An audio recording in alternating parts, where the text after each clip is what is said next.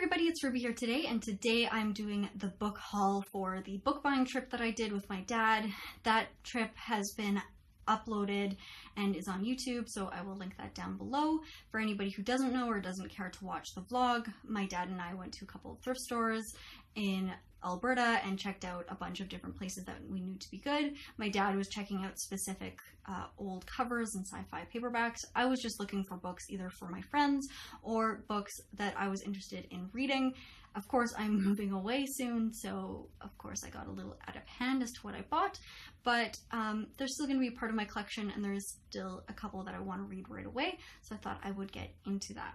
So the first book is actually going to be sort of a cheat book. So this book isn't from the thrift stores that we were visiting or the small towns, but one from one of the independent bookstores that I really like in Calgary. It's one that I discovered a couple of years ago, and it is near Fort Calgary, called Fair is Fair. They have a couple of them, but one of the bigger ones is near Fort Calgary, and it is super overwhelming. There's a bunch of different sections, and if you really are just looking for a specific kind of cheap book, they are a good place to go. And so I was looking for one book that I was unable to find in Edmonton pretty much at all, unless I were to get like a new copy of it, and that is Trainspotting by Irvine Welsh. This is one of my favorite movies of all time. It is a really awesome indie sort of dark comedy. It's really hard to explain except to people who've already watched it, which is sort of interesting. And I might or might not maybe be moving to the place that this is based off of. So I thought that it would be kind of a cool read to do before I move or while I move. There's another thing that I got, and this is not a book, but this is library cards. So this is just like what you would write when you were taking out a book. I'm not sure what I'm going to do with these, but they'd be cool either as post-it notes or as something to actually put in the back of the books, but we'll see. I just really like ephemera and paper, so I thought this was kind of cool. And just to point out, I don't actually remember where I got them in each small town, but a lot of them were Salvation Armies and things like that. So if you have a Salvation Army near your location or something similar, then chances are you'll find a lot of these sorts of books. So this is a book that I actually saw pretty much everywhere, and that is Game of Thrones by George R.R. Martin. And obviously the new season is coming out.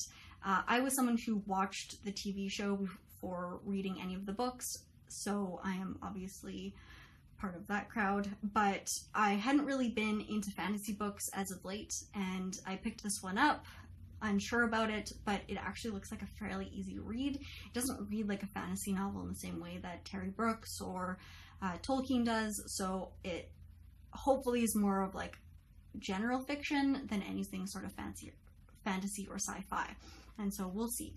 This is going to be kind of on the bottom of my list. There's a lot of other like books I want to read before that, and this was $1.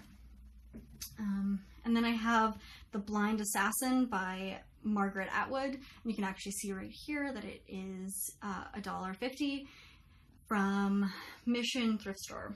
And so I have a lot of Margaret Atwood books. I really like Margaret Atwood, and I've reviewed some of her books, but The Blind Assassin is one of those books where I was actually reading the quotes to it. I was reading Margaret Atwood quotes, and this book kept coming up again and again, and so I thought that it would be worth reading. It is a little bit of a tome though, so we'll see. One of the things that I like doing is collecting sexuality books. It's something that I was first collecting for some essays and things like that, but they're kind of too old to reference, so I kind of just like having them on my shelf. So this is Sexual Intelligence, What We Really Want from Sex and How to Get It by Marty Klein, PhD. And so I'm pretty sure this is actually just like a how-to book for couples and like how to communicate and things like that, but I thought it was just kind of a cool book to have. And then I found 2 books independently in like 2 different places by the same author. We have here The Double by Jose Saramago. That's pretty bad pronunciation there. And this is supposed to be kind of Dostoevsky-esque, where he discovers someone who looks exactly like him but living sort of a different life.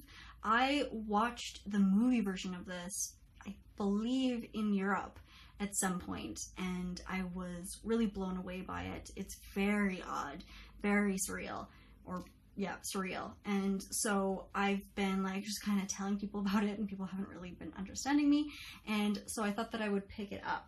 And while I picked it up, actually, probably in the next town over, I found Blindness, which is by the same author. And I remember people talking about this one before, winner of the Nobel Prize for Literature. It is about a white blindness that starts to affect a bunch of different citizens. Reminds me a little bit of The Plague by Albert Camus, but I won't really know unless I read it. On the same vein, for sexual education, is The Mind Has No Sex, Women in the Origins of Modern Science by Londa Scheibinger.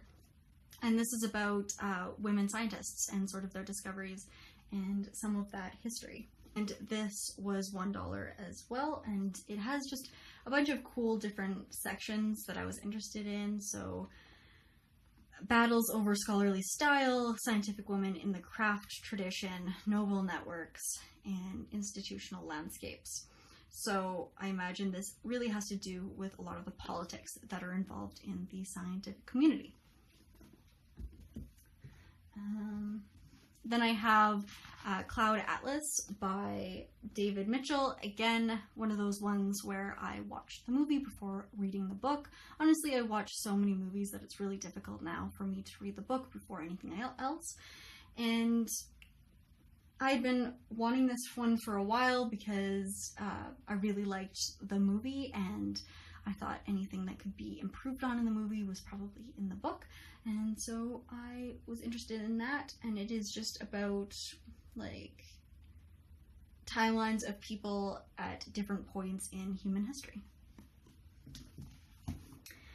I have The Cuckoo's Calling by J.K. Rowling. I'm interested in this book because generally it's not the kind of genre that I would read, but I remember reading a review that said that someone had predicted that this book was written by a famous author under a pen name, and so it was like well written, and then it was discovered to be J.K. Rowling. So obviously it is well written enough for someone to think that. And then we have The Magicians by Lev Grossman. This is a book that I believe, it was actually introduced to me when I was working in Kohl's for a little while, and then a couple people on YouTube had also talked about it. As far as I know, it is something that has been recommended to people who really like Harry Potter. It is Harry Potter for adults, so adults going into a magical school. I think I probably would have liked this a little bit better as a teenager, but we'll see. And I had just been looking at this for a while and was like unsure about whether or not to get it. And then I saw it secondhand and was like, why not? And then I have two books here that are less about, that are like less interesting probably to people.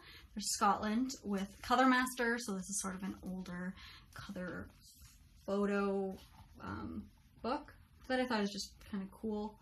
Obviously before Google. Oh, hey, there's a kelp right there. It's cool. It also smells really old. And then we have the last but not least book.